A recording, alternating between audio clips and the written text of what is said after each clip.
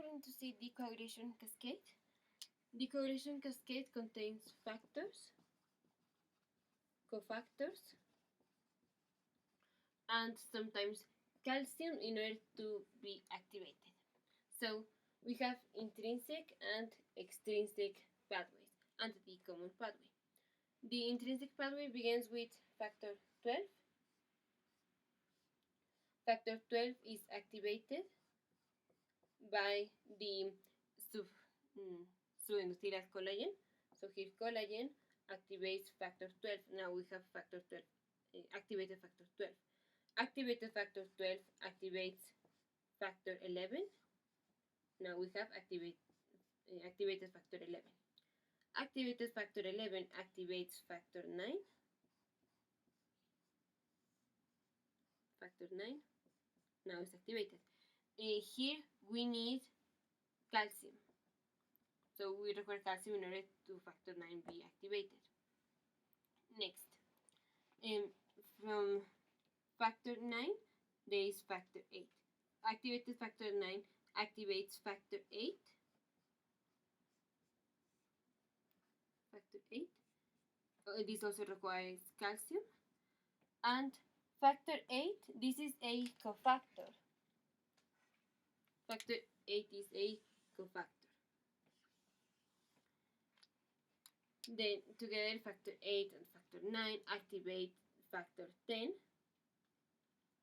Oh, let me put it here. So factor 8 activated factor 8 now activates factor 10. Now we have activated factor 10. This also requires calcium. And activated factor 10 then activates factor 5. That also requires calcium. And activated factor 5 activates factor 2 of the coagulation cascade. And activated factor 2 activates factor 1 of the coagulation cascade. So the intrinsic pathway is 12, 11, 9, 8, 10, 5, 2, 1. And the extrinsic pathway is, we begin with factor 7. Factor 7 requires calcium and tisular factor. And then is activated factor 7 and activated factor 7 the same way as activated factor 8 activates factor 10. So the extrinsic pathway is factor 7, 10, 5, 2, 1. The common pathway is just 10, 5, 2, 1. Now the calcium requirement is for factor 7, factor 9, factor 8, factor 10, and factor 5 activation. There are some factors that require vitamin K for the synthesis, and these are factors 2, 7,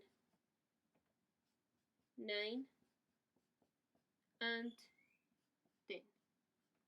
These 4 factors require vitamin K for their synthesis, and the destruction of coagulation factors are mainly by protein C and S. Protein C and S also require vitamin K for the synthesis. Protein C destroys preferentially factor 5, and protein S preferentially destroys factor 8. Plasmin, when the tissue plasminogen activator activates plasmin, that is, promotes the conversion from plasminogen to plasmin, there is destruction of the coagulation factors, as well as decrease in aggregation of platelets.